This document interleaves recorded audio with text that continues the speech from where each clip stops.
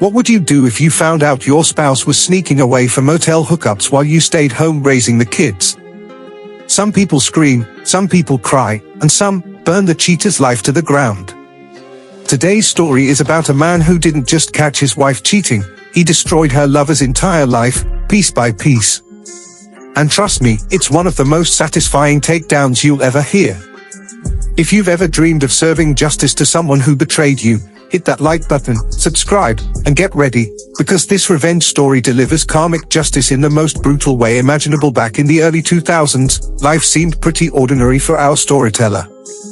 Married with 2 little kids, ages 4 and 6, he thought he had the classic young family setup. But beneath that surface calm, something was off. The kids began talking more and more about spending time with their grandparents. At first, it didn't sound strange, kids love grandma and grandpa. But here's the kicker, those grandparents lived 90 minutes away. And somehow, the kids were spending time there 2 or 3 times a week. That was nearly every day his wife wasn't at her part-time job. At first, he brushed it off. But you know that gnawing feeling in your gut when something doesn't add up?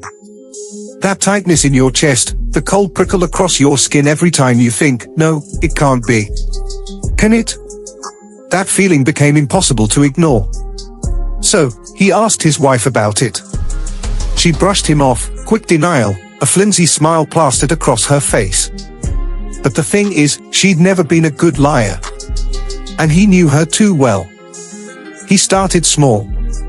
Nothing crazy. Just jotting down the mileage on her car. Every week, he'd quietly check again. And sure enough, an extra 400 miles a week. She wasn't driving in circles for fun. Something was happening. Then came the slip-up. The universe sometimes hands you exactly what you need. One day, she left a sticky note by the family computer. On it? Her AOL password. He couldn't resist. With shaking hands and a pounding heart, he logged in. Email after email between his wife and her college best friend painted the picture. She was hooking up with one of her ex-boyfriends from high school. The messages were full of gloating, even mocking this man's wife, laughing about how she'd let herself go after kids. Our storyteller sat there, staring at the screen. Anger surged. His jaw clenched so tight it hurt. But instead of exploding, he did what many of us dream of doing, he stayed calm, and he started plotting. He printed the emails. Quietly stashed them. This wasn't going to be a shouting match. This was going to be a reckoning. He knew he needed more. Cold, undeniable evidence. So, he reached out to a cop friend, who pointed him toward a private investigator, let's call him Ron. Ron was professional, efficient, and ruthless in his detail. He followed the wife. Photographs, dates, times. The truth came spilling out in black and white clarity. She would drop the kids at her parents'. She'd meet her old boyfriend, Bob, for lunch. Then, off to some rundown motel for hours. Afterward, she'd pick up the kids and drive home like nothing had happened. Ron didn't just stop there. He dug into Bob, too. And that's when things got interesting. Bob wasn't some carefree bachelor. He was a married man with 3 kids. He worked as VP of sales at his father-in-law's company. The very same man who provided Bob with his cushy lifestyle and even the house he lived in.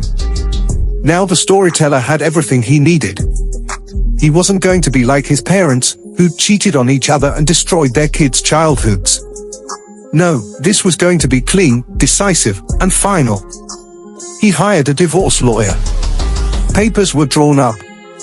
And then came the masterstroke. On the same day his wife was served at work, Ron, the PI, drove across town and handed Bob's wife the full dossier. Photos, reports, everything. She deserved to know.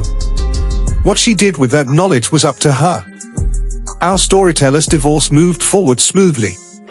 The cheating didn't really matter in court, but emotionally? He had closure. But Bob didn't get off so easy. Bob's wife unleashed fury. Court records tell the tale. She cleaned out their joint bank account, took the kids, and left him. When her father found out, Bob was fired on the spot. His cushy VP position vanished. And since her parents owned the house he lived in, Bob was also evicted. His life collapsed overnight. But it didn't end there. Their divorce was a battlefield. Screaming matches, court hearings, restraining orders. At one point, Bob showed up at the house to fight with his wife, and it escalated so badly that her brother broke Bob's nose. Police reports, criminal charges, even jail time followed. The man who thought he could sneak around and have it all, ended up with nothing. No family. No job. No home. His reputation destroyed. Last anyone heard, he'd slunk away to another state, leaving behind a trail of wreckage. Meanwhile, his ex-wife thrived. She stepped into her father's company, proved herself, and eventually took over when he retired. As for our storyteller, he never took joy in his ex-wife's downfall. They co-parented civilly until the kids were grown. Once they were adults, he cut ties completely. No lingering bitterness, no ongoing drama. He didn't want revenge against her. She was the mother of his children. His real satisfaction came from watching karma obliterate Bob. And that is justice. It's amazing how betrayal can backfire. One careless choice, one selfish affair, and you can lose everything you took for granted.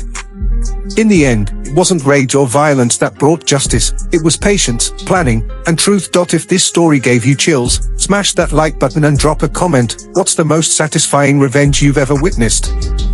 And of course, subscribe for more stories where karma doesn't just knock, it kicks the door down.